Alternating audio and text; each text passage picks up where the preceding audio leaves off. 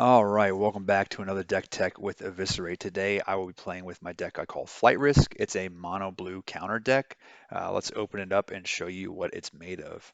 It's pretty simple. It can be really fun. It's not a dominant deck, but it's a grindy deck, and it can get you wins if you play it all the way to the end. Anyway, it has Benthic Biomancer, gets counters every time you pay 2. Thoughtbound Phantasm gets counters every time you surveil. Unsummon just to get rid of some of their creatures and to help counter them with Essence Capture. We got Brineborn Cutthroat. Every time I cast a instant, it gets a counter.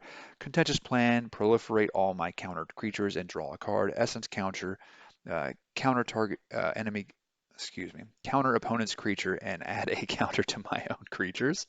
Mission briefing, get to double down on all my instants and sorceries. Night Veil Sprite allows me to have some more surveil to pump up Thoughtbound Phantasm. Unexplained Disappearance, remove a creature from the board and put it back in the opponent's hand. Get a surveil. Heraldic Banner, get some more power for my creatures. Skatewing Spies, what the whole deck is built around. Very simple. Throw this creature down on the board. Everything with a counter takes flight, hence Flight Risk. And I can swoop over top any of the opponent's creatures and usually win the game with some serious damage. And another way to win the game is have Gadwick the Wizened down, which is there for two purposes. One, card draw, and two, to tap any opponent's creatures so that way we can sneak in if we don't actually have Skatewing Spy on the board. So we have 18 islands and then 3 Heraldic Banners, which count as mana as well. So let's go ahead and jump into a game and see if we can catch a win here and have some fun doing it. So anyway, let me know what you guys have been playing and also encountering in the meta, um, because I know I've been encountering a lot of the same decks, and it's just kind of frustrating going up against the same stuff over and over. So let me know what your thoughts on that are down in the comments below, and let me know what you've been playing. So, all right, this is not a very good opening hand, but we got plenty of mana and 2 Thoughtbound Phantasms and a mission briefing if we really need to use it without actually having any spells in our graveyard. So we're going to keep it, because Mulligan is usually not the answer, at least in my opinion. All right, good. They're slow to play, and we got a Nightveil Sprite, which is perfect for us. We're going to throw down both Thoughtbound Phantasms and then the Nightveil Sprite and give them both counters. Um, Luckily, that has no uh, toughness or no power, so it actually cannot kill our Nightveil Sprite. And let's see. Yep, hopefully this will work. And it did effectively. I don't know why, but he was not having it. That was really unfortunate. Easy rank up. We're going to go ahead and continue, and I'll just play through another game. I don't know why he did that. Maybe his wife came home and she said, "What in the world are you doing? The dishes aren't done." But let's go ahead and hop into another game. So, just to continue in the same vein of the idea of actually sharing thoughts that have been circulating through my head is the idea of language and programming. And what I mean by that is like words actually program our perception. So if you're saying, wow, this is such a beautiful world, then you're most likely going to see the world as beautiful. And so my question for everyone out there, whoever's listening, is what are some thoughts that you have on a regular basis that actually prime your perception of reality? And how could you actually change them to more effectively see a more beautiful reality? With that being said,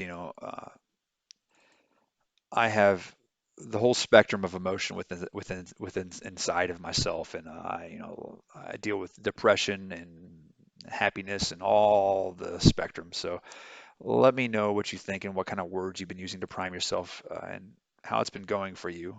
But anyway, let's go ahead and throw down this and get back on track. Awkward. Gosh. Anyway. That's too funny. Yeah, maybe this should be the name that my opponent's name should be the name of my video here today. So they're slow to play. They're not doing much. I really need them to play a creature. Oh, Murderous Rider. That's interesting that they did that. And that's completely fine with me. Uh, he's gonna go ahead and play that next. So we're gonna hold off, and I'll do Unexplained Disappearance on whatever he plays. Maybe. That is frustrating while wasting my time. There we go. Throw in the Brightborn Cutthroat, and that way we'll at least get to attack. Um, and I'll unexplain disappearance, whatever he plays next. Hopefully it's not that tithing, that guy carrying the big bag of gold that's spilling out everywhere. Oh my gosh. All right, yeah. Resolve, no big deal. Have him spend his mana that way. Resolve. And we're going to go ahead and throw that back in his hand. Although that's a bad idea. Oh, oops. I just realized he can use that again. So let's give him something tasty to chew on here. Hopefully he'll kill Gadwick the Wizard and not one of our Thoughtbound Phantasms. Okay, swinging for 3. We're still okay though. We'll have 6 damage on the board after this. He's going for a Thoughtbound Phantasm, but it does slow him down and take 2 of his life away, so that's good for us.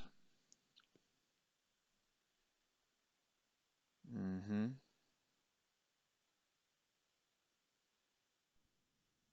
Okay, Brineborn Cutthroat, which doesn't really matter. So he'll throw that down. Yep. And lesson learned: don't return the murderous rider to the opponent's hand to give them extra removal. That's the absolute worst thing you can do. Yeah, we don't want that yet. So how do I want to do this? Hmm.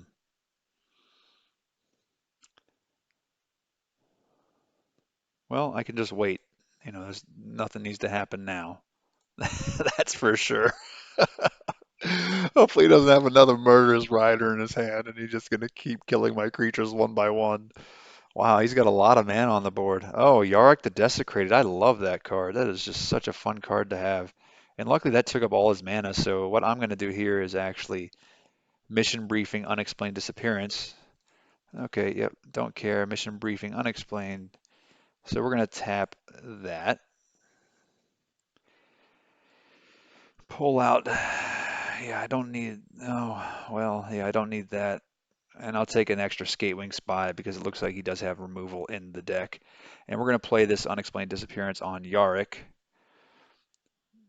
which is going to throw him back into his hand. Costs a lot of mana to play that card. Trust me, I have a very fun Yarick deck that I play.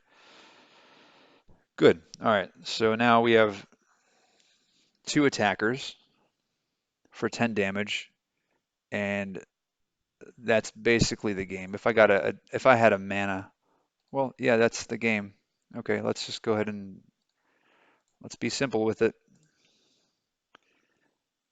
It doesn't matter. Tap him again. Good game.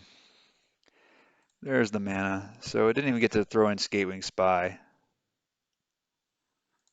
Do I want to be greedy? No, just win the game. And that's the end of it. So that's one way to win the game, as you can see with Gadwick the Wizard and actually tapping the opponent's creatures. I did have the ability to play Skatewing Spy, but I didn't need to. So yeah, I think awkward is actually the pinpoint of this video right now. And thanks for staying in, opponent, and actually playing the game through. But just to reiterate, what kind of language are you using on a regular basis to prime your character? Are you saying things like courage and love, swift, accurate, and powerful, truth and kindness, or what are you actually saying to yourself? And what words are you using while you interact with people? Because, that everything you say is a blessing or a curse. So it's just some kind of thoughts that have been rolling around in my head. And if you have any opinions on them, I would love for you to actually bounce some ideas with me in the comments below. All right, well, thanks for watching. I hope you have a great day. All right, bye.